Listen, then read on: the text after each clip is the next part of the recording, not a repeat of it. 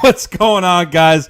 It's the Philly Shakedown podcast. I am not saying what we're supposed to say, which is the intro that Philly 500 made up, but what I'm going to say is welcome to the Philly Shakedown podcast with my co-host, Philly 500.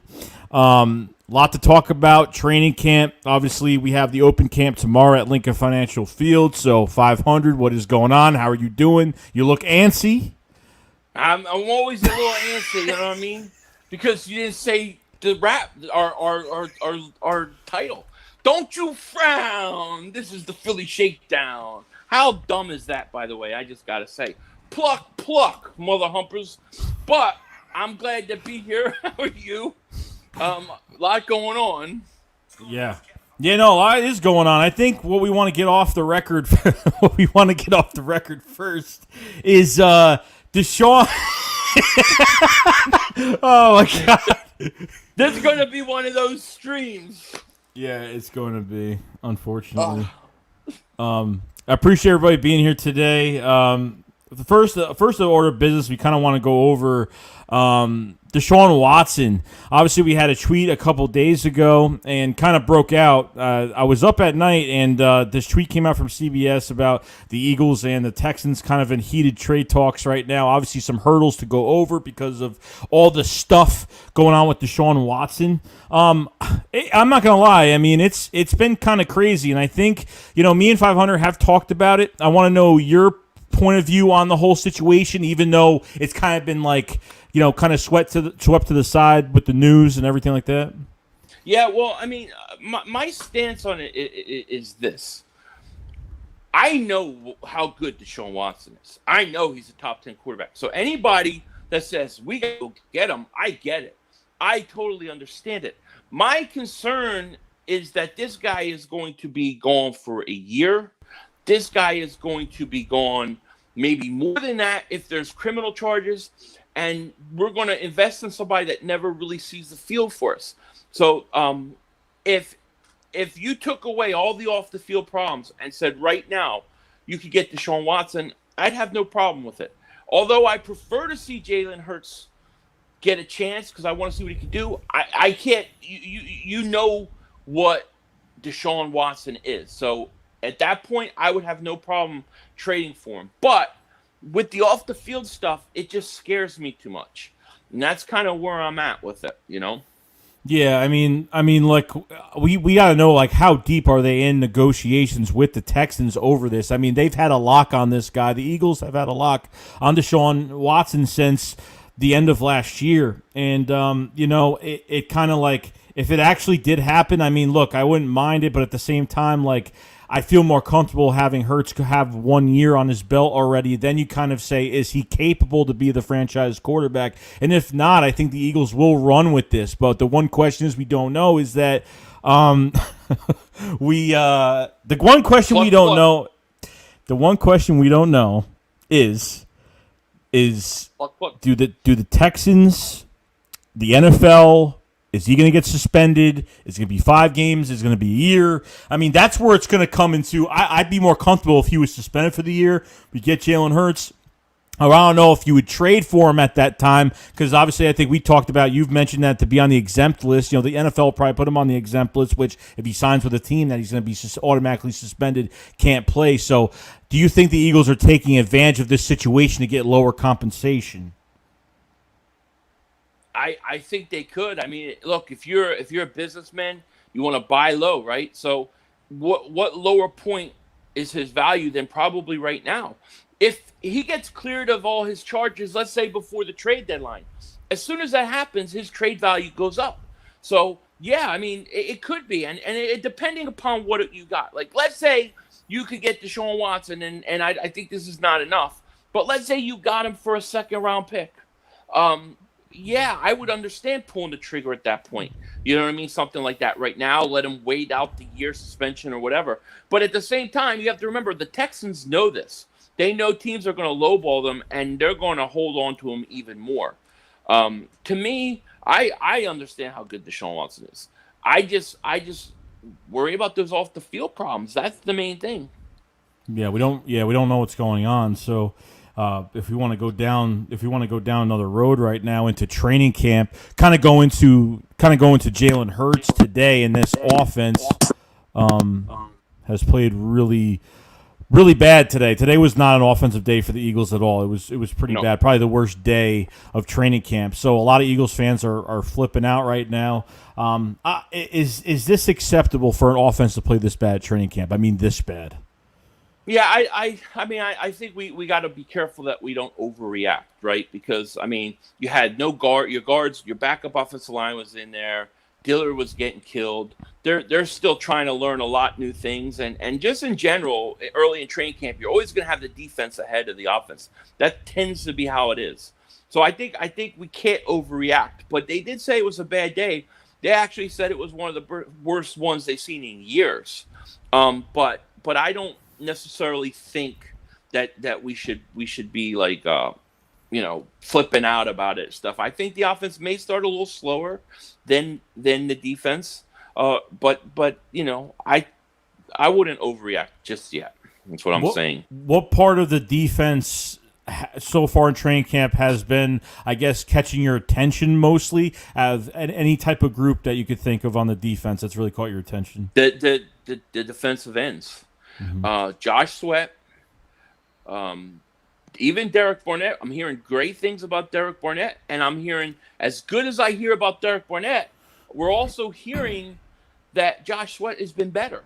So if you get one of those guys become a 10 plus sack guy with Brandon Graham on the other side, Hargrave and Cox in the middle, I think this defense could be top 10, because I think a pass rush that is lethal, especially with those corners that don't have to hold up too long, I think is a big deal. So I think that has been what I've heard probably been the most surprising. Even some of the other guys, right? You have Williams has been good. Jackson has been good.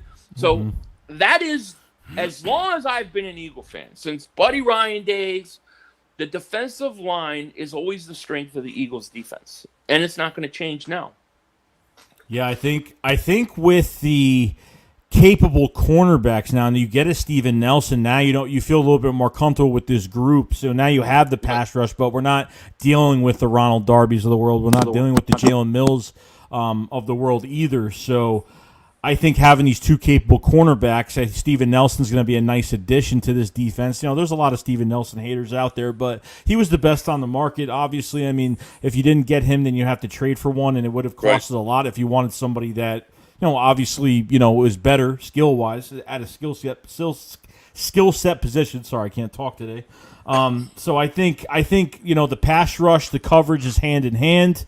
You have the pass rush, it can cause some turnovers for your corners, and then if you have you have good coverage, that pass rush becomes very lethal. And I think but that defensive line really needs to step it up. Javon Hargrave, Fletcher Cox need to step it up this year.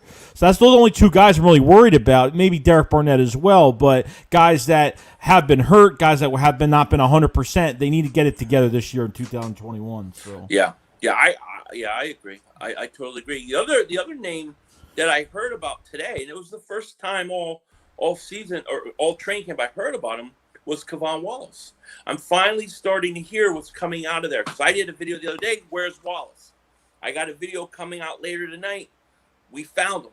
And he is saying, I don't know if you saw the article where he was interviewed, and he says that he's a star in the making. And he is planning on going out there and having a big year. He's been getting first team reps. He hasn't been, you haven't heard a lot about him. It's been kind of quiet, but not necessarily that he's been bad. It's just not maybe stood out as much as some of the other guys like McPherson or Josh Sweat or Davion Taylor. But he's apparently doing a nice job, and they're using him all over, bringing him in the box. A lot different than Doug and Jim Schwartz used him last year. So I'm excited about Kavon Wallace too. Sorry, I had to remove somebody real quick. No problem. Double moonwalk the ass. That's what happens. You know what I mean? That's what happens when you unblock everybody, and then everyone starts to come back, and then that's it. That's it. Benedict Arnold. Bye-bye. Bye-bye. See you later. See you later, buddy.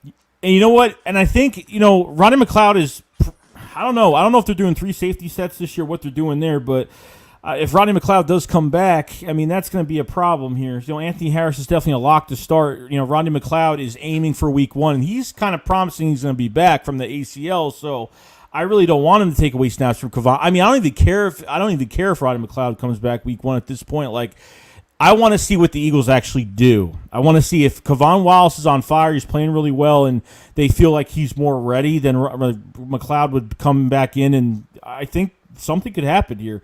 I don't know. I mean, I think, we need Kavon Wallace to work out at the end of the day. You know what I mean? Like, he was thrown into the games last year because of injury. When you're thrown into games with injured defense, it's just, you can't look that good. You just can't. There's too much going on, and it's just, you know what I mean? Yeah. No, I totally agree with you. I have a video coming out, and I kind of talk about this, and I kind of go off a little bit because, I get people who will say to me, you think this guy's going to break out. You think that guy's going to break out. You think that guy's going to break out. And I'm like, I do. Because we had a coach who was suppressing young talent and not playing them for like a few years, okay? Look at 2019. Perfect example. The only way that Greg Ward Jr. is on this team, that Boston Scott's on this team, is because we were so depleted by injury that they had to play them. And when you don't play these guys, then you don't know what you got. And I think we have talented players like Kavon Wallace. I even put Miles Sanders in this. I think, Jordan Mailata, why wasn't he playing for years? There's guys that I think are talented that were not given an opportunity. And that's why I think a lot of guys are going to step up this year. And when I say that, I don't mean that they're going to be Pro Bowl players or world beaters, but they're going to be solid contributors and a foundation of how to build this team. Because let's face it, Doug didn't do a good job developing talent. And I got to say this, I don't care that he's in Chicago at their practice with Chicago Bears stuff. Could care less. Doesn't matter. And I've seen people like talk about it. I'm just like, okay, so what? What does that have to do with us? Like, see, if we talk about Carson Wentz, different story, because obviously there's a first round pick in motion right now that we're trying to get, and obviously with that news, with the undisclosed injury that the Eagles never caught coming out of the draft with his foot, and apparently he's going to come back sooner, which pretty much means he's going to be Mr. Carson Wentz, Mr. I have to be the hero, come back early as I possibly can, and this is why you're never going to stand on 2 feet in your career. This is what's going to happen to you. So, I mean, I'm already looking ahead right now and saying to myself, we're not getting a first round pick. I'm already looking and saying, hey, we got 2 1s, 2 2s, and that's it right now. That's what I'm looking at. Yeah, I mean, did you see the whole thing where Carson wants to come back now? Like, I heard week 1. I heard them say try week 1. Yeah. I knew he would do this. I knew he would come back too early. He's not going to be fully healthy. They're going to struggle. He's going to play, and they're going to be borderline playoffs. Hopefully he doesn't get hurt, and we get a little lucky. I mean, could you imagine? But I'm not counting on 3 first-round picks either. Not at this point. Yeah. We got JD saying Eagles are the only team that have a quarterback controversy with one of the QBs not even being on the team. That's what it seems like, because there's so much into that trade, because obviously Howie won that trade. Obviously, I mean, they definitely had some type of stipulation where it said if this guy gets hurt, I don't want to miss out on getting a bigger pick. This way, if he does get hurt, we still have a solid pick in the draft for 2022. And you know what? It's a win for us, but it's unfortunate. You know what I mean? Yeah. But I mean, I mean, we'll see. I mean, maybe he comes back early. I hope he does. I do. I hope he does. But even to JD's point, a step further. I mean, we got quarterback controversy with a quarterback from Houston too. I mean, I cannot, and I'm really amazed. Like, the whole Deshaun Watson thing baffles me. It baffles me because I'm like, I'm really shocked that the Eagles would be going, not that they would go after him, but just with all the stuff going on with him off the field. I would think that they would not do it unless that was cleared up. You know what I mean? If there was no problems and it was just Deshaun Watson wants to trade, I would have no problem with it. Yeah, no, I don't either. I mean, I guess the Eagles have that perspective of giving guys a second chance. They did it with Michael Vick, and obviously it wasn't a lot of the fan base, and it wasn't. No one was really a big fan of that when it happened. You know what I mean? So it is Except what me. it is. I was. I wanted him as soon as he walked out of prison. I wanted the Eagles to pick him up. I'm not gonna lie. And here's the thing: even when he went to Pittsburgh, there was a petition already out for him for them not to release him because of what happened, with the dogs and all that stuff. Right. So I mean, that was a whole other thing. The difference between Vic and Desean, though, is Vic went to jail and served his time. People may not like the amount of time he got, or they thought his punishment was too easy, whatever it is. But he did what they told him he had to do. He did it. So when you get out of prison like that, he's got to get. I think somebody's got to get a second chance. Yeah. We got a super chat from Matt Ruiz. What's going on, man? He said, low key want to see the Eagles sign a good wide receiver with that $16 million veteran to help the young guys. This also gives Hurts his chance to shine or burn out. We haven't talked about that. All right, so the moves. All right, so we went to the Deshaun Watson stuff. We didn't talk about the moves on the way to that tweet that came out. The Eagles restructured two players in Lane Johnson, Derek Barnett. $16 million. You didn't just restructure one. You freed up $16 million. What are they doing? And you're just telling me that's cap stability money? No, that's not cap stability money. That is having space for some sort of move. Now, I think one of the reasons why people link Deshaun Watson to it is because his contract, I think he's like $15,900,000 in cap space or something like that. So actually he's 10. He would be 10.5 million if he came to us. So that would give them room. But it could be for a veteran wide receiver. That's what my thought process was when they first did it. Okay. And I believe there's one guy out there. There's one guy that I don't know that they can get him. I don't know that he'll do it, but I would try. And that's Larry Fitzgerald. That's the guy I would go after. He's 37. He's not going to want to play every rep, every snap. So I don't think he takes a lot of snaps away from everybody else. But can you think of a better teacher for Devontae Smith, a better mentor, on-the-field mentor for Jalen Reagor and Smith on how it's done than Larry Fitzgerald? Yeah. It's perfect. Do you think they needed that from the beginning, though, of this, even getting Devontae Smith and having these guys? Did you think that we needed a veteran wide receiver just from that, or was this like because I know very recent everybody was talking about bringing in a veteran wide receiver very recently.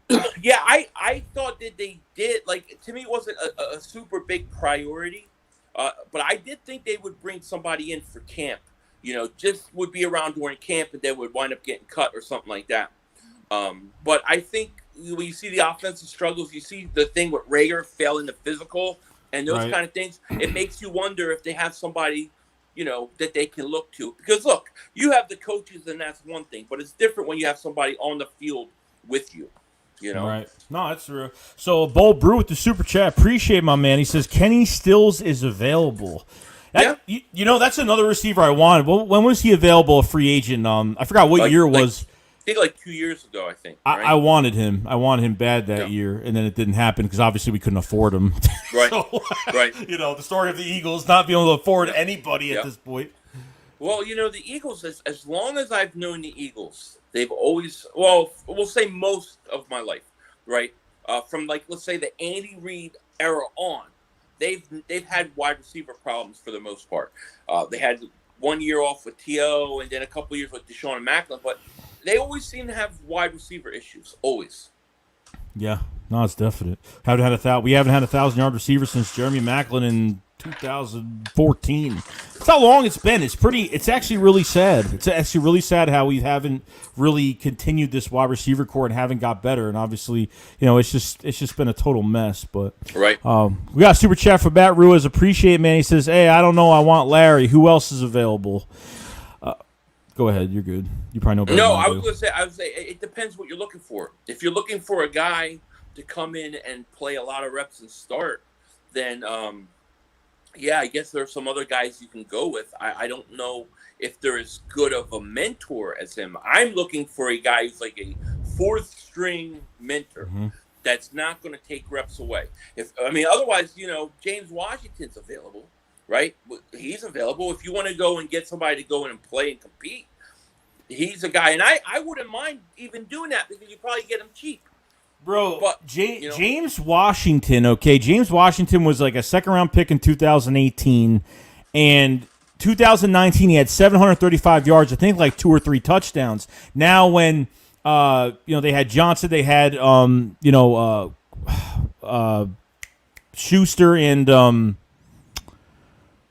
who's the other outside receiver? I forgot his name. The one that burned us with Nate Gary. The one that burned us. Claypool? Chase Claypool. Yeah. With 3 of them now, his reps decreased in 2020. Only had like 325 yards. So now he requested a trade, wants out. I think, he's a speedster. He's not a home run hitter, but I've seen the guy work the middle of the field in open space, and he gets a lot of chunk yards. So I do like him, but it depends on, I guess he just wants a new beginning. He thinks he should start. So, Hightower's dealing with a groin injury right now. That's a whole different thing, and these groin injuries, they act up all the time. You don't know, and it's just like a thing where you can't heal it. You literally just gotta like rest. Like there's nothing you could do for it. So what do you do there? I like James Washington. I think he would definitely give some competition. But what would he cost the Eagles? He was a second-round pick in 2018. I'm guessing if you can get him for like a 4th or a 5th, I would do it. Like I said, the Eagles have always had wide receiver problems. The more depth you can bring, I'm okay with it. What I don't want an older veteran to come in and take snaps away from the young guys. I want a veteran to come in and be the 4th or 5th receiver and be more of a teacher, mentor kind of guy. There's Alshon still available. I don't really want him. Golden Tate's available. I don't really want him. So I don't know. Washington, appeals to me, but he would compete though for that starting job. But he's young, because I think Hightower getting hurt is bad because I think it's Quez Watkins and Fulgham's job to lose in battle right now. Yeah. I don't know. It would have to really depend on like the type, like you said, the type of receiver that they do want, and just seeing how that goes. But we will see. It should be interesting. Freed up some money now, so they got some flexibility to do. Not a whole lot, but it's something, in general. You know what I mean? Right. Yep. Exactly. We got a super chat from Melvin. Oh, actually, no. I totally skipped this one. Taylor Cooper, what's going on, man? He says, "What's up, guys? Can't wait. Football's almost here. Philly 500 as a Giants fan. I thought your new intro was absolutely hilarious. Bad Dog is a mad dog." Thank you, man. I appreciate that, man. I got something coming for Bad Dog because I saw he went after me. I'm coming after Bad. I'm coming back at him. But I love Bad Dog and those guys. So I want to do something with them where it's like him and Entertainer and us. I think that would be a cool thing. Yeah. Yeah, it'd be cool. I think we're going to get together later on during the after Thanksgiving when we face the Giants. We're going to do like a big collab. We've been thinking about it. We've been talking to each other about it. So it might happen. Be a lot of fun. A little bit of maybe some little trash talk before the game and stuff. So it should be a lot of fun. We got a super chat from Melvin Gilmore. You guys rock. Appreciate you being here, bro. Thanks for the support, man. Much love. There is 214 people in the chat, guys. If you guys haven't subscribed to the channel, subscribe. Guys haven't liked the stream, like up the stream. And you guys haven't subscribed to the better half of the Philly Shakedown podcast, Philly 500. No, wrong way. The better half of the Philly 500 is he's got some things cooking right now, and he showed me some sneak peeks of some stuff, and you're gonna enjoy it. You're gonna enjoy it. Yes. And pluck, by the way. Pluck. All right. Code word pluck. 2 plucks. 2 plucks. All right. I got you. If you guys haven't subscribed to his channel, link is in the description below. Appreciate everybody being here. We do this every Saturday, 9 p.m. Eastern, the Philly Shakedown podcast. During the season, it will change. We will have some different things going on, but we will let you know beforehand. It won't be a surprise or anything. We'll put a post out. We'll make a video about it. We'll let you guys know how we're doing things during the season. So, absolutely. Got a super chat from Matt Ruiz. So what's going on, man? He says, I want a weapon to help prove if Jalen is good. Coaches should do what Larry could do. Well, I get what he's saying, but I think there's a difference sometimes between a coach and then a guy who's got the pads on, is on the field with you, in game, going through everything you're going through. That can be a good mentor too. So that's what I'm thinking.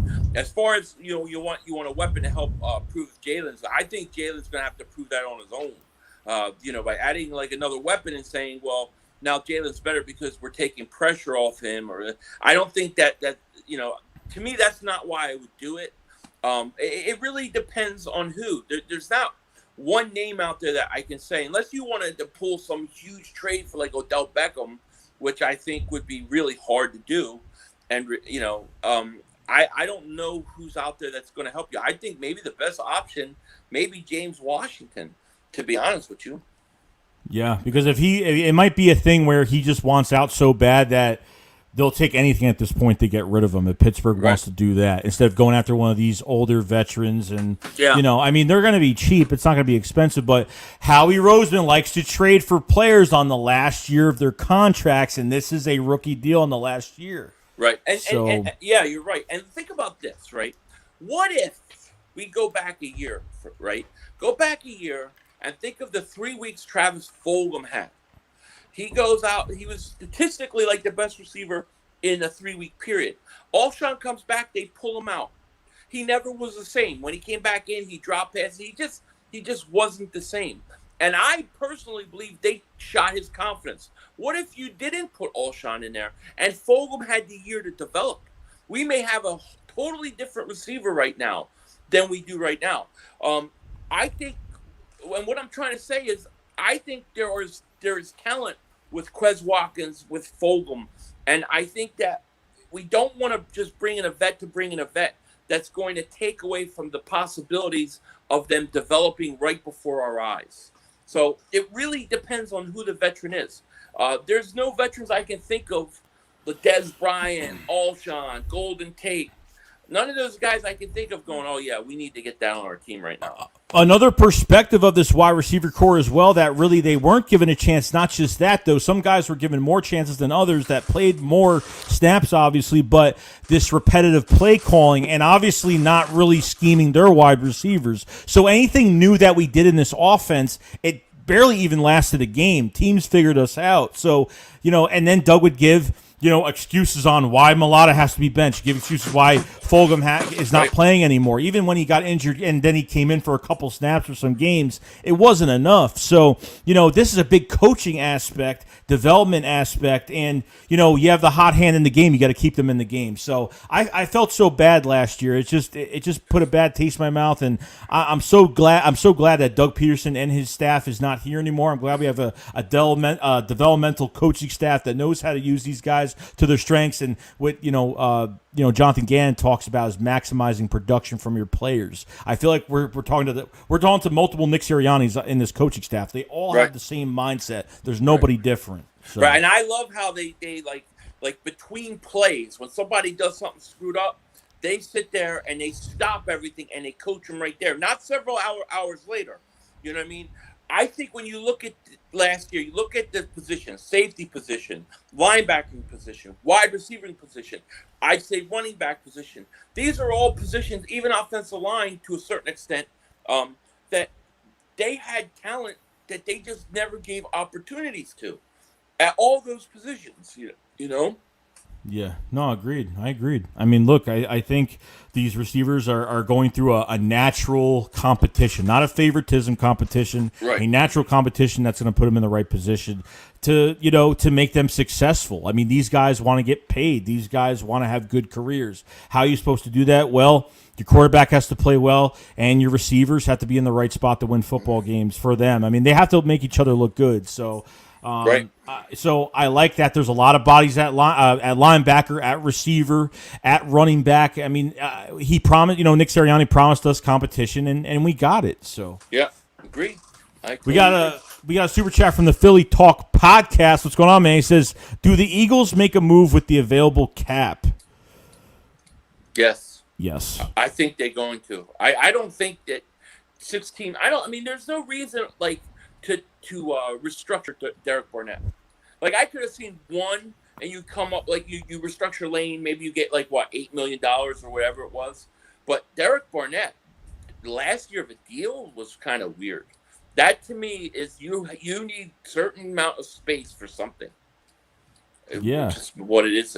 It's weird because you do both contracts. Well, why didn't they restructure Lane Johnson early in the year when they said, "Oh, we're not going to restructure Lane Johnson"? Then all of a sudden, when all this Deshaun Watson stuff happened, and this is a matter of a few days. First, it was Deshaun Watson's not practicing because of injury the past 2 days. He's been looked at by trainers, but do we really believe he was looked at by trainers? I have no idea. It sounds like I feel like they're savoring the moment for something to happen. They're trying to trade him right now. He's still not practicing.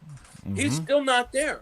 So, they even had him, I think, playing safety one day. Like, I think that they're trying to trade him.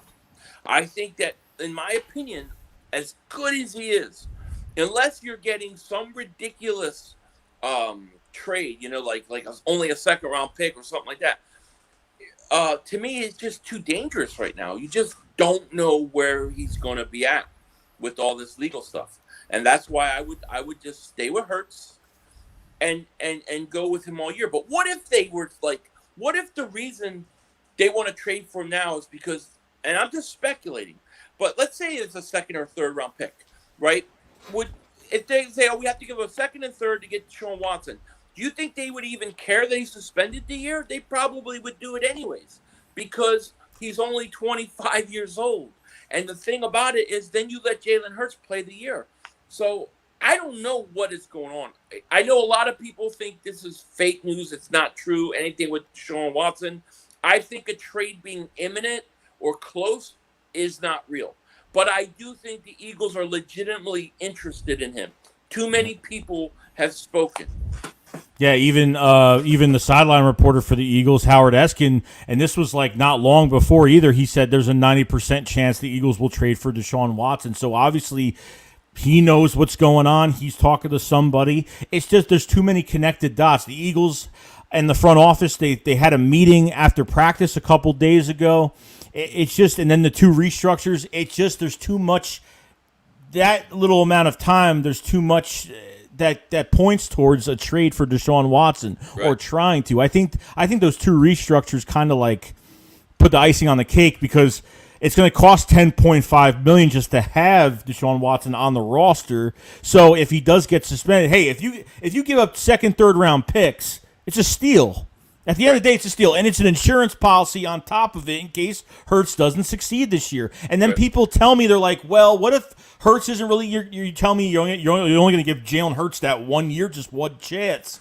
And this is the tough decision you have because really I'm not into this quarterback group in the draft next year. I'm not into it. I'd either trade for a veteran next year or you stick with Jalen Hurts or you just say, you know what, let's just keep developing Jalen Hurts. But, a 4-game sample size, we all know is not enough. That was his preseason, and he didn't really play up to par fantastic. But, just give it this year. I think we feel more comfortable if we acquire Deshaun Watson, wait for a whole year and see what happens. And here's the other problem with making a trade happen with Deshaun Watson now is, like I said, Houston has a say in this. You think they want to give their franchise quarterback, between the top 5 to 10, arguably, quarterback in the league, one of the best quarterbacks in the league? You think they just want to give him away for nothing? They don't want to give him away for nothing. They know right now his value is at its lowest right now. But what if it comes out that that there is going to be no criminal charges, right? What if that comes out and then the civil stuff is done and taken care of, behind the scenes? Their trade value on him goes way up. So just Houston's standpoint, they're going to hold on to him and see how this thing works out because they've got no value and no leverage with him right now at all. Yeah, so you're saying that value will go up if he's out of this mess. Like, will it go back up? I think it would, yeah. I mean, how much? I don't know. I mean, they're asking for what? 2 first-round picks, 2 players, like some ridiculous amount of stuff. They'll never get it. One, he doesn't want to play there. He wants a trade. He has a trade clause. And then with all the off-the-field stuff, it's too risky. It's too risky. How do the Eagles make a guy accused of all those things, rightfully or wrong, before it's settled, the face of your franchise? They're not going to risk it. Not with that amount of money. You're going to have to. It's going to have to play out first. Now, maybe they don't care about the civil suits. Maybe they just care about if criminal charges come. Maybe that's what everybody's waiting on. I don't know. I just know that there's something to it because too many people are talking about it. Too many people that have no connection to each other. Even if this is all over with Deshaun Watson, even if this other stuff is over with, I think teams will still be worried about trading for him. I think there's still risk that, once someone does something off the field that's, depending on what it is and how bad it is, obviously, right. Teams are going to be worried that down the road, he might do something else. Or, you have your football life and you have your private life, and you don't know what half these guys do when they go home.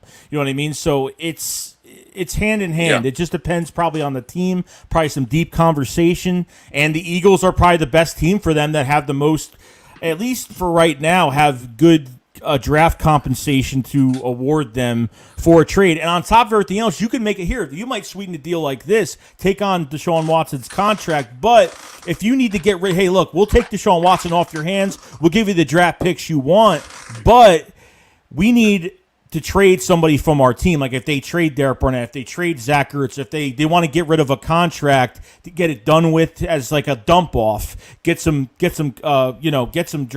compensation back, not draft compensation, but cap space back, then you might have something. But I think it has to be a really deep conversation. I think they have to jump over a lot of hurdles to really get this done. So yeah, I mean the report that came out that acted like they were close, I think was wrong. I don't think that was a real report, and it kind of freaked us out right late at night because it's like could this really be happening?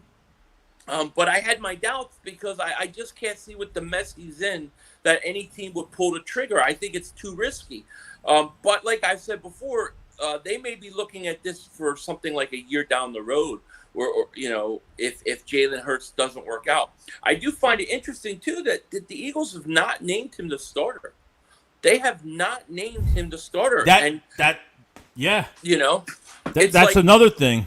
It's like, and I feel bad for Jalen Hurts in this aspect. The guy does everything right. He's doing everything that he can do. He needs his chance. He wants his chance.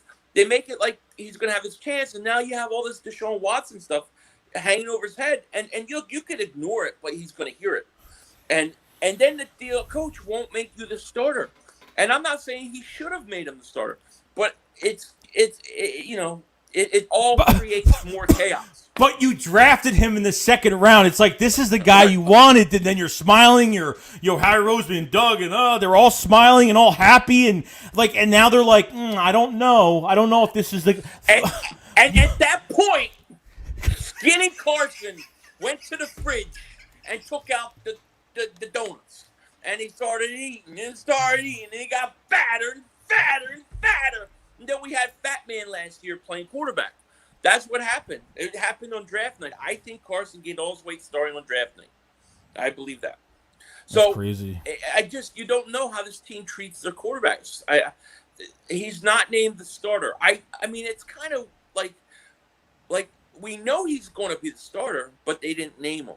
Now, I mean, there may be a good reason for it. I'm not saying that they should name him right now. They should feel how they have to, but it all creates more speculation. Yeah. No, it does. It's confusing to me. It's like all they have said about Jalen Hurts is, well, he deserves to start. He deserves to be in that spot where he's working hard. Like he's done, like you said, he's done everything we've wanted him to do. I think he's put on the perfect example as putting his foot forward as a leader. Yep. Period. Yep. And there's a lot of people that don't think much of him. I don't know. I don't know. We have Philly 215 with the super chat. Appreciate basis. Smith, Rager, Fulgham, Ward, Quez, are 5 receivers.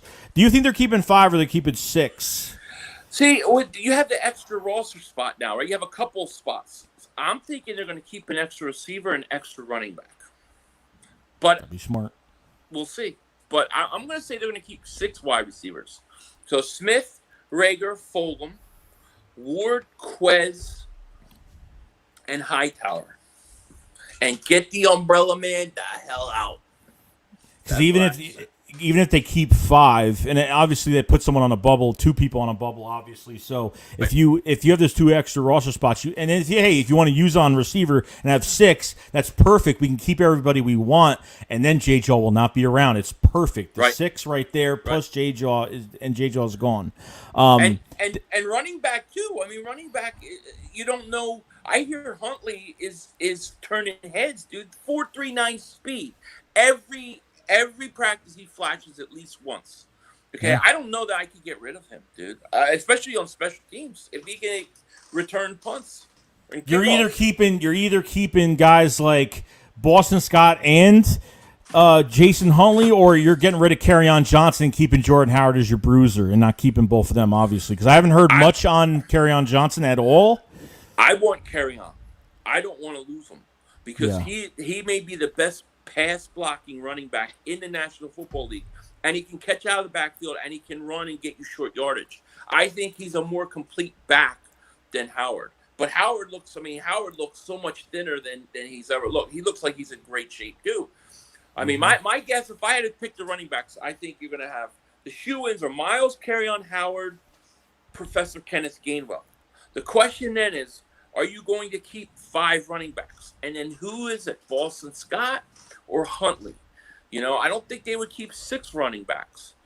But I think because when I look at Professor Kenneth Gainwell, I think him and Boston Scott are similar in that they do a lot of the same things. Do you know, I read a fact today that Gainwell has more receptions than any other running back in practice, like all camp. Like, he's been the best receiving running back that there is.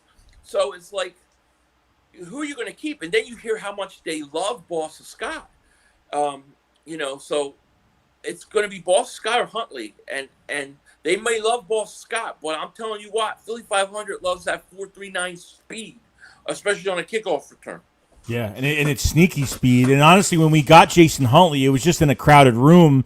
Right. We didn't use him that much, and he had a really good camp with Detroit before he came here. He had a really good camp. So there's a lot. The running back room I love. I think we're loaded. I think they just have to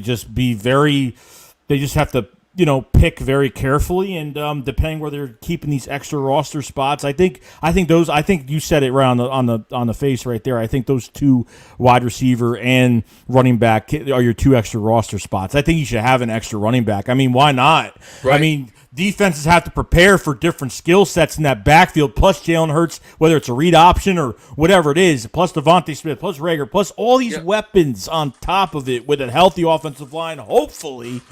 And you could do something. Yep. So. Yep, exactly. But hold on a second. I lost my place. This always happens. Do you realize next week we will be discussing the first preseason game? How friggin' cool is that going to be? Pluck, pluck, mother humping the pluck, pluck. Don't you frown. This is Philly Shakedown. We got his super chat from Bold Brew. He says they will do trade. They will do trade if Hurts struggles in preseason. So do you think it'll even be later that we'll make a trade, even if he struggles? So what if I want to see how many snaps. He better get some snaps. He better get some snaps. He's got to play. You can't. If you're not naming him the starter, you can't go into week 1 of the preseason and be like, you get one drive with the starting team. He's got to play quarter. You know. Okay. No, he has to. I mean, it's just if you're like you said, if they're not naming him the starting quarterback, then they have to. He's got to get snaps. He's got to get valuable snaps. Yep. Don't be like, oh, we got to be cautious. We can't. Right. There's no time for that. Like we got to see what this kid's got and see what he's done so far and see what he does against another team in another jersey. So that's what I'm. Yep. Joe says you guys missed my super chat. Oh my God, I'm so sorry. I'm trying to stream. It's StreamYard. It's not me. Shoot. Let me see if I can. Sorry, buddy. I'm sorry, man. Who is that? Joe? Is that Joe Vega? Nah, Joe and Abby. Oh. I can't find it on my phone. It's here on StreamYard. It's not here. Let me see if. Wait, it's Joe? Here. No, I didn't miss it. I don't know. I didn't miss it. We're just behind. It's right here. I got it. I got you, Joe. We got Joe, and Joel. Joel. We got Joel. I love it. Okay. Joe says, with a super chat, says, Yo, Philly, do you guys think Sirianni has any influence or interest on trading for Watson, or is this a Howie move? That's a great question.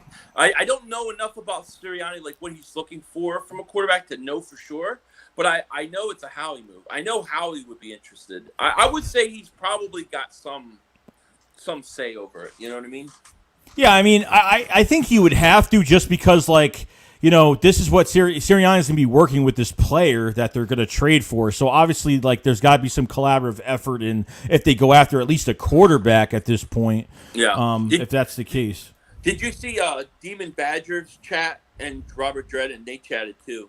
Oh my God. Yeah, go up and see if you can find them. It's not. It didn't pull up. Okay, I can read it. I have it here. Yeah, go ahead. Sorry, guys. Apologize. No, sometimes guys, StreamYard it just delays everything, then shoots it by you. But Demon Badger, thank you for super chat. He said, "How about a trade around Washington for Dillard? Their offensive line was ranked close to last. Might need to add a pick in too. That's not a bad idea, really. I think that's I could see that if Dillard is going to lose that job, yeah, I think you tie it in. The question is who gets the extra pick. I would say the Eagles got to hold their ground that he's a first round pick and try to get more. But I'm not opposed to that. And then there's thank you for super chat, by the way. Here's Robert Dredden. Shout out to Robert Dredden. Yeah, Rob, big supporter. But we're sorry that we missed these. It went earlier, but I luckily my computer's all delayed. So Robert says, "Wow, this is a dream team. Is bet the one Team USA has. When Shake Squad is up and the white rerunner in the house, Mark Holmes and the Cowboys are going to get run down. Go Birds! You know it. You know it. No question. Do you have the Matt Ruiz one? I'm on Chris Pie right now. Okay, let me do Matt Ruiz too. Matt Ruiz, okay. Thank you for the super chat. He says, appreciate y'all perspectives. Enjoy the beer money. You guys are 100. Thank you, buddy. Appreciate it, bro. All right. Appreciate it, man. Caught up now. Sorry, guys. It's StreamYard. It's not us. Like StreamYard is really bad. It misses on super chats, and the chat's always messed up. So. Yep.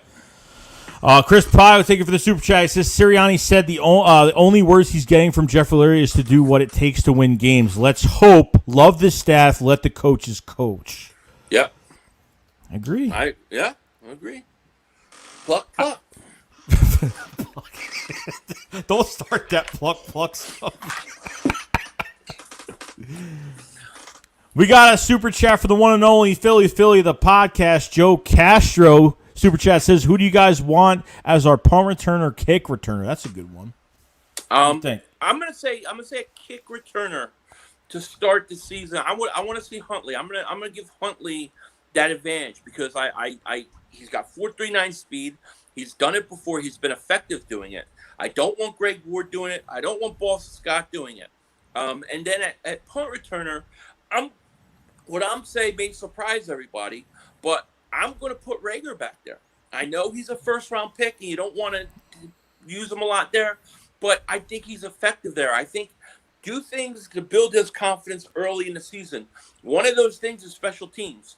So I would say I think Devontae Smith allows me to put Rager at punt return, and that's what I would do. No, I'm not even surprised by that because I was going to say Rager, but I was afraid to say Rager. Right. You know what I mean? So, but kick returner, like you said, like Boston Scott, I thought he was horrible. I thought he was too hesitant. Like I mean, obviously the special teams are just horrible. They haven't been good for a while since 14-15. So, yep. I was thinking maybe Quez Watkins at kick return as well. He's got good vertical speed. I think that just depends with him is if he gets a lot of playing time, if he doesn't get as much and he can contribute. I just don't see Quez Watkins not contributing to this offense. That's just me though. No, you know what I mean? I think Quez Watkins is going to be really a lot better than people. I think people are going to be pleasantly surprised by Quez Watkins. If you guys haven't subscribed to Joe Castro at Philly the podcast, go to his channel and subscribe to him. He does interviews. He does everything. Joe Castro, how do you like this for our rap song for the Philly Shakedown podcast. Here it is. Ready? Don't you frown. Here comes Philly Shakedown. Isn't that awesome? We're rappers. He should do our song. His that would is probably awesome. be the good thing. His is the best out of all the rest. His is the best. No question about it. But I don't, Joe, he does his own thing, and that's why I like him. That's why I love him.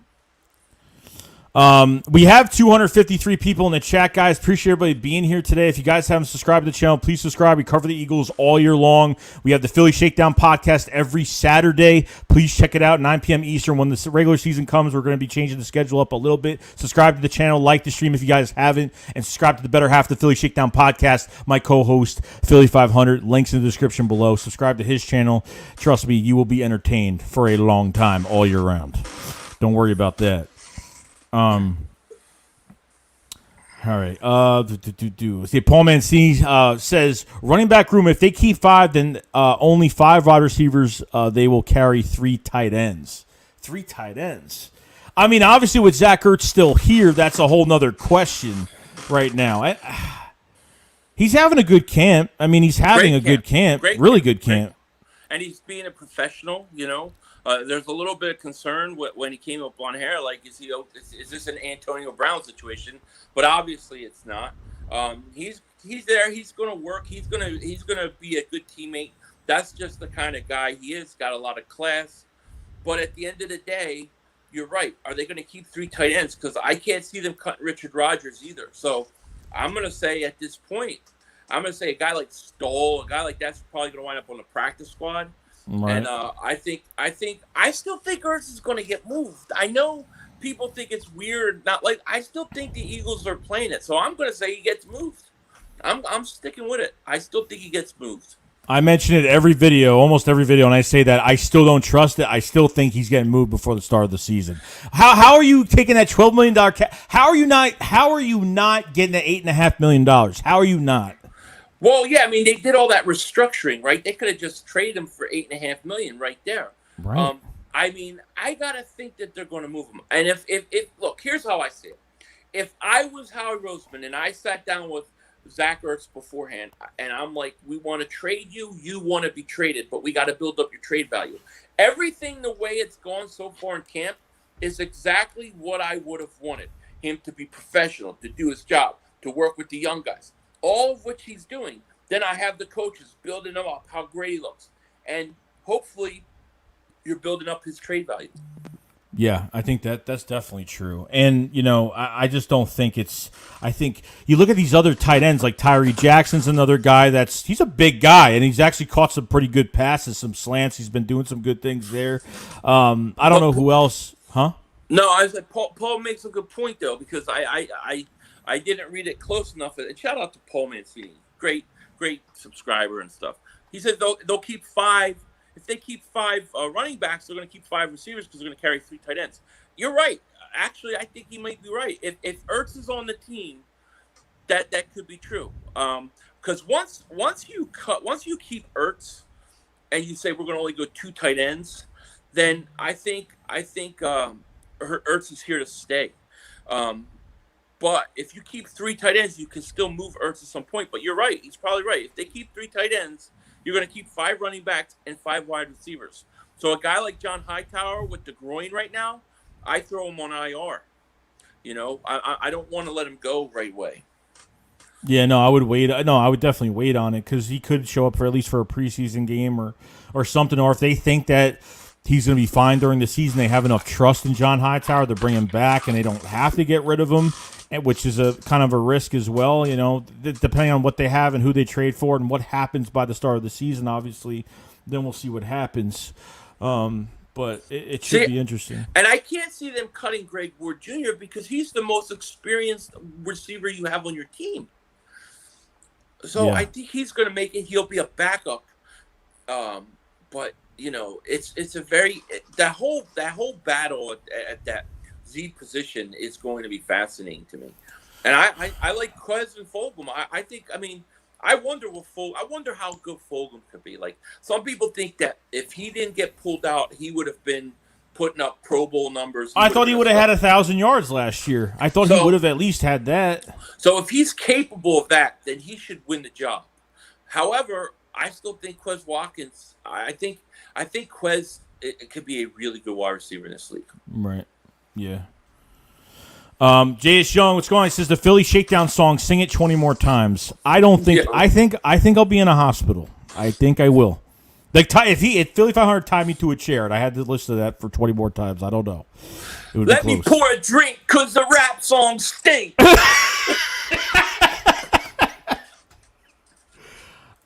Shadow Reed says, "Did you see the fight with Dallas and the Rams? Two teams we own fighting over who we love more." No, I didn't see it. It was Aaron Donald and I guess I forgot who was fighting, but there was video on it today. There were.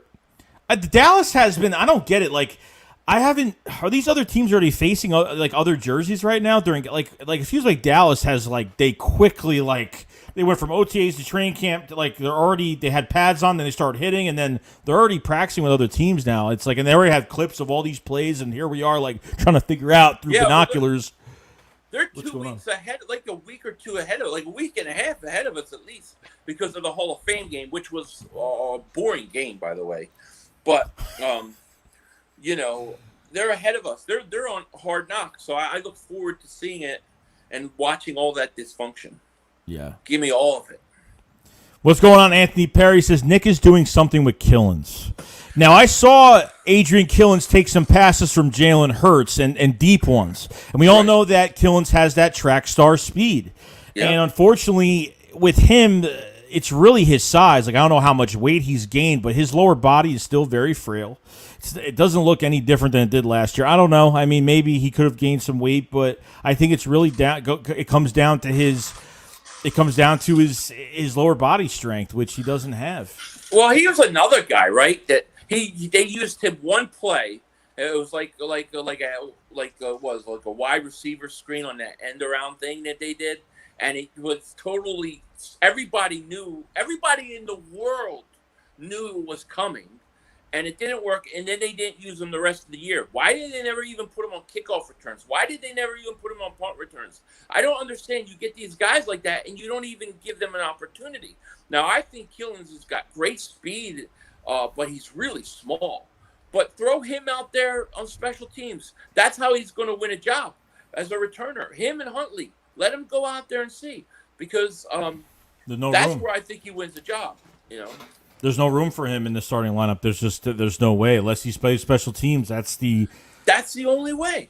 You got to win it. You got to be a fantastic returner, and if he can do that, then that's how you get on to this team. These are the things that bother me about Doug Peterson. These are the things that I've complained about Doug Peterson for a few years. He does not develop youth. He did not use these guys at all. You would not have Greg Ward on this team. You would not have Boston Scott on this team if 2019 everybody didn't get hurt and he was forced to use them. Yeah. And let me tell you guys something. If everybody would have come back before the wild card game, he would have benched them. He would have. It wouldn't have mattered. It really wouldn't have mattered at all. It wouldn't have mattered because it's just that's what the favoritism gets you, and this is why we're in the position we're in now. So that wild card game was I was excited for it, but we survived and we fought for that month. We came back in games. We won when we didn't think that we were at least gonna lose one game. That's what I thought. But when we made it, I said, the Seahawks team is gonna be tough, and then not even 8 plays. To get the concussion. I was at the game, and someone's like, Carson's got a concussion. Like, look, he was holding his phone up, and everybody's looking like, are you sick? And then I'm like, yeah, Josh McCown. I'm like, oh, my God, what am I saying?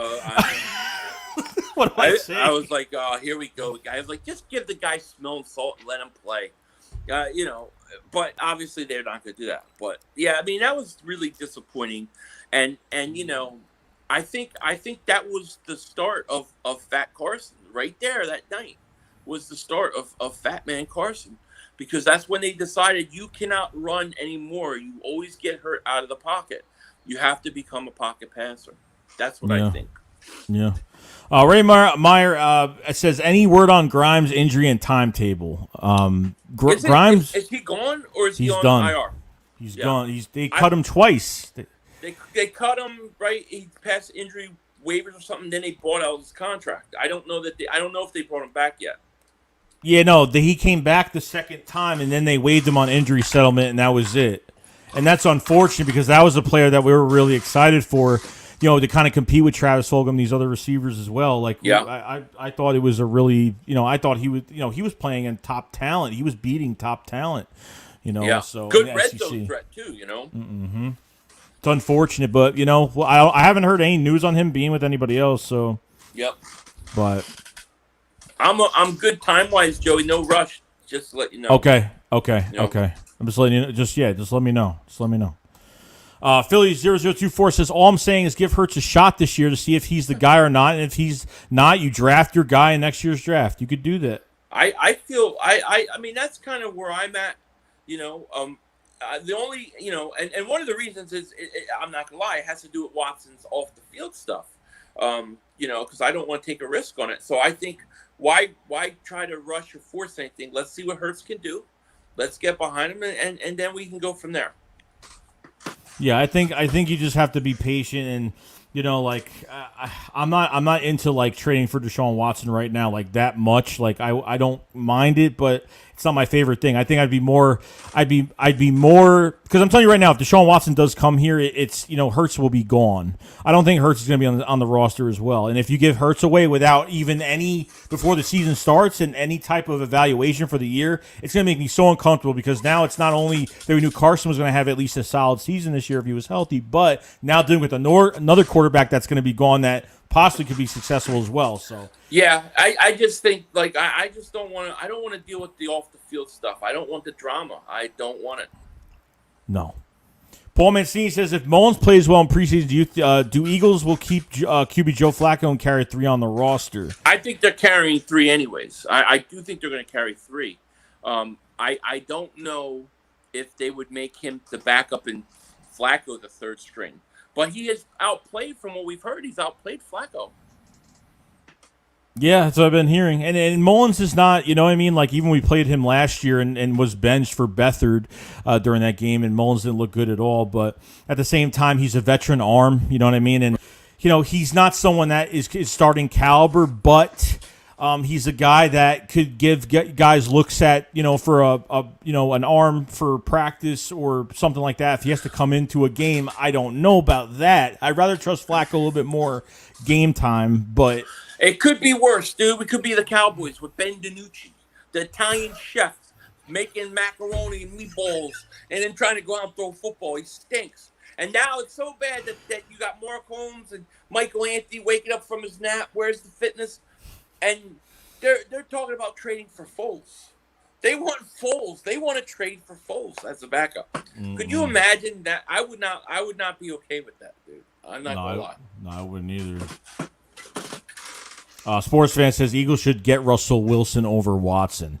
That one is a hard one because if it was 2016 and we had a chance to trade for Watson, we had to trade for Russell Wilson, I'd probably do it because he's a lot younger at that point. But It's not a futuristic quarterback that's going to be here. It's not like you have a loaded team. You get Tom Brady like Tampa did and was already loaded or not really already loaded, but they were ready to make a lot of moves and bring a lot of guys back, and you were going to really go on a good run. But this isn't the team to trade for a guy that's. You think Deshaun Watson's going to cost a lot. Russell Wilson's going to cost a lot more if you're able to pry him away from the Seahawks. Yeah. That's definite. No doubt about it. Ohana Meets Family says, are you guys going to stream the first preseason game? Yes. Paul Massey said Hurts will play a half each of the first 2 preseasons. I hope so. I think he needs to get reps. I think he needs to be out there on the field. If you're not naming the guy the starter, then he's got to play. So I hope that's the plan. Torville says, I wonder if Lurie and Howie ordered short practices because of the injuries the past few years. I just don't think the practices are long enough, especially for the offense, which needs a lot of reps. Shout out to Torville. You know what? I mean, from what I'm hearing, they're shorter, but they're way more intense. Like, they're extreme intense. A lot of running from one spot to the other spot. So they're getting a lot of intensity out of these workouts, but they are shorter. Yeah, that's what I heard. Short practices but intense. Even look, when I went to college, I played college football. Like they were only 2-hour practices, but they felt like 5-hour practices because you were really going from one thing to another really quick. So definitely saw the difference in that. Yeah. I gotta move down. I don't want to miss anything. Move down, don't frown. Silly shakedown. We got super chat for Richie FC. What's going on, man? It's the Bad Dog talking bad about Eagles fan raid time. Bad Dog always talking bad about Eagle fans, but his Giants stink. All right? Bad Dog, whatever Bad Dog says about the Eagle fans is what the Giant fans do. They like project on us. You know what I mean?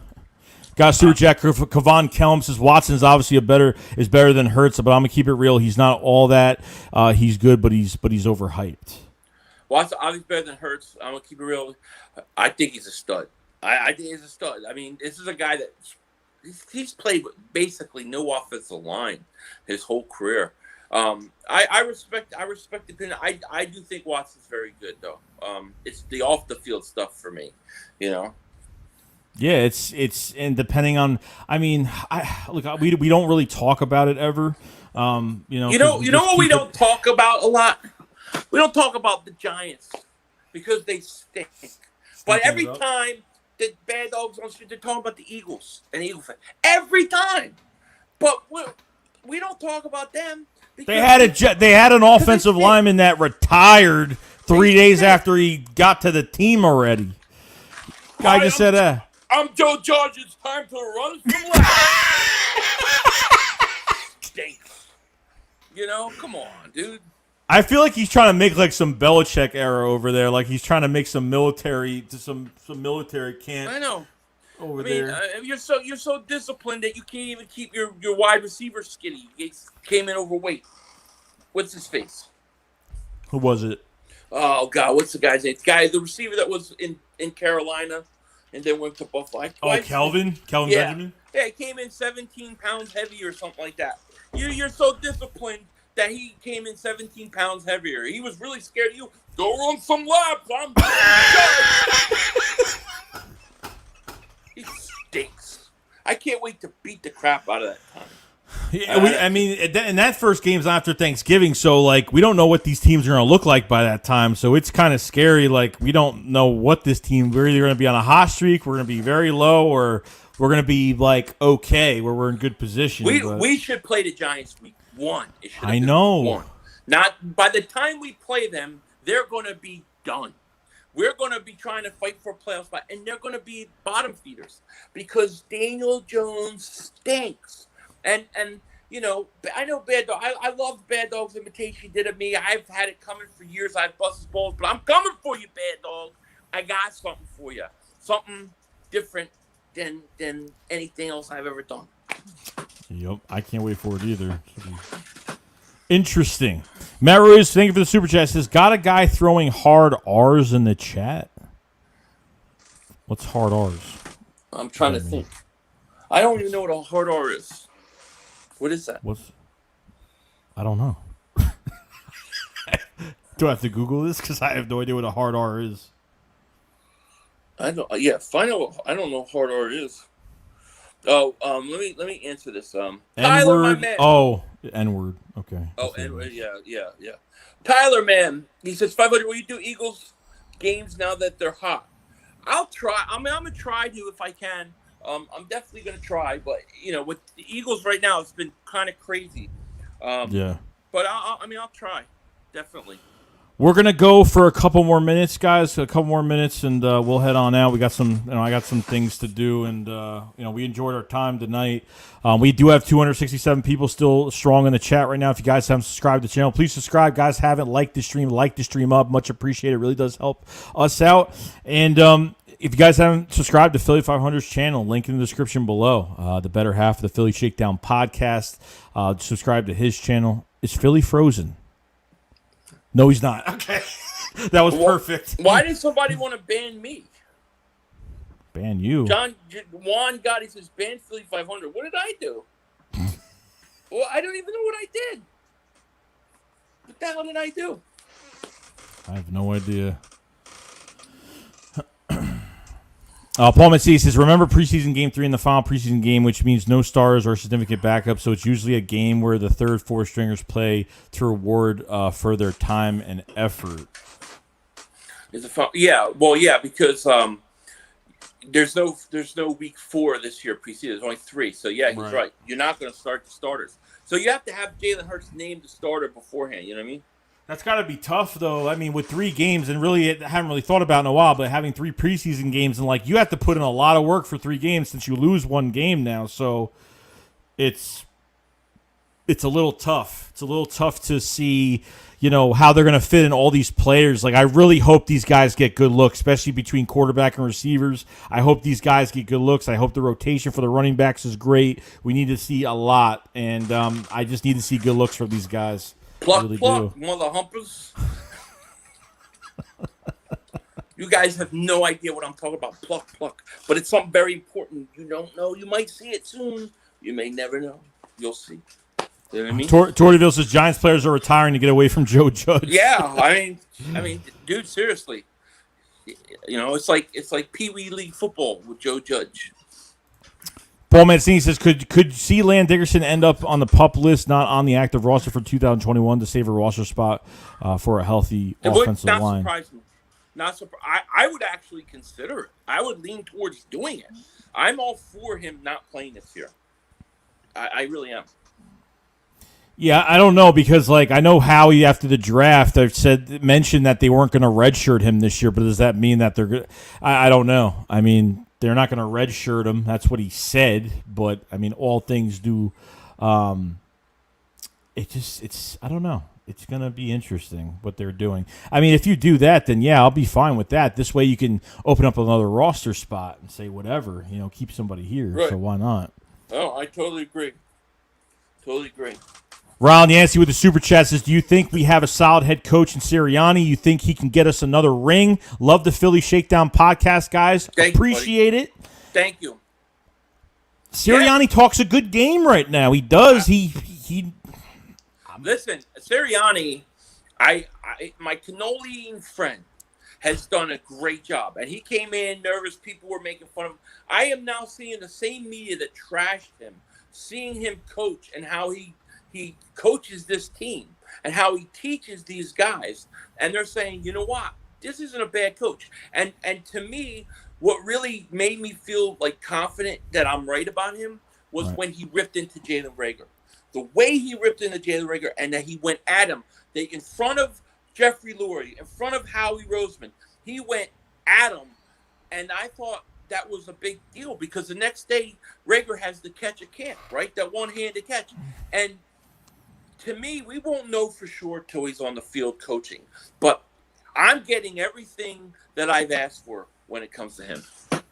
No, true. I mean, yeah, it's all about how these players respond, not treating them like they're your best friends and not, I mean, look, you got to have tough love here when you're coaching. I mean, you have to have tough love when it happens. So with Reagor gets, I made a video on Reagor kind of getting, he's done it to a few people. He did it to the offensive line. He did it to Jason Huntley. He was saying details. He was yelling at a lot of guys, but he's a tough coach. And I think he's going to get the best out of his players. And this is how players are going to want to play for you. Yeah, I agree. That's definite. Philly the podcast with a super chat says, give me a day. I'll have a song for y'all if you want. Oh, you're too nice. As long as you have Don't You Frown. This is Philly Shakedown. No, you're very nice. Thank you, buddy. With a hard trap beat. Yeah, we should have a country song, but we're not country guys. We're not hillbillies. Yeah. D721 says Hurts is the first player in the NFL the past 70 years to have 500+ passing yards, 150+ rushing yards in the first 2 career starts. Now why he's ranked 28? Come on. I mean, they've given him nothing this offseason. They have totally acted like he's the worst thing ever. It makes no sense to me. I'm with you, man. I don't know. I thought he would get a little more credit, but it's 4 games. But why is he even ranked anyway? You're ranking on top of guys that have had full seasons, guys that only played 4 games. It just makes absolutely no sense. Anything they talked about, they made what? The offensive line was ranked 17th in the league, whatever. I mean, they read it. They read it. It is what it is. Lane Johnson's not afraid to speak his mind. I know that for a fact. So, right. Got Alec B with the super chat says our defense is at least top 5 to 10 right now. So here's a question I'm going to ask you. So since the offense had a really bad day, is this offense really that bad right now, or is it good that that it's happening now than happening later, obviously, or do you think this defense is actually that good? It's going to be a different. It's hard to say. I mean, it's hard to say. We're seeing some good signs with Josh Sweat and Derek Barnett, but then again, is it just that Dillard's so bad? You had both your guards out. I don't know. I think we just got to relax and kind of wait and see. I think it's natural for the defense to be ahead of the offense, and we're just going to have to see. It may take the offense a little more time to get going. The thing, if you want to be honest with you, the thing that concerns me the most offensively is Miles Sanders can't hold on to the ball. It looks like he's dropping passes and he's fumbling balls. To me, we can't have that. No. And we got plenty of running backs. We got plenty they could use in this system, and a diverse group with different skill sets. And I hope Miles gets his 1,000-yard season this year. I really hope he does. So I do too. That's what I'm hoping. But other than that, guys, that's pretty much it. I think we've covered everything. We had a really good time tonight. Just watch for us next Thursday for the preseason game. We're excited to look at, finally have some football, kind of get our feet wet with some of these games. Yep. And I know it's only preseason, but I'm more than excited. I'm just glad to see what we're going to see and just see what these guys got. And this is the first step to seeing where these guys have improved and see what Nick Sirianni has done with some of these pieces on offense, see what Jonathan Gann has done with these pieces on defense. So it should be a lot of fun. I'm excited for it. And, we'll be streaming it. So we will enjoy it. Absolutely. But other than that, that's it. Thank you for joining us. We appreciate this. Yeah, we appreciate all you guys. Every week, we're always excited to do this. So yeah, we love doing this. Before you guys leave, make sure you subscribe to the channel. We cover the Eagles all year round. We have live streams for the Philly Shakedown podcast every single week. When the season comes, it'll be different. Obviously, we'll update you on our schedule at that point. If you guys haven't, please subscribe, like the stream, and we will see you guys later. Subscribe to Philly 500 if you guys have not. Description below. Hit the link. Sub them up. Really do appreciate it. But other than that, guys, that's pretty much it. We will see you guys later. Guys, remember, Shake Squad up, fouls fly. Peace out, guys.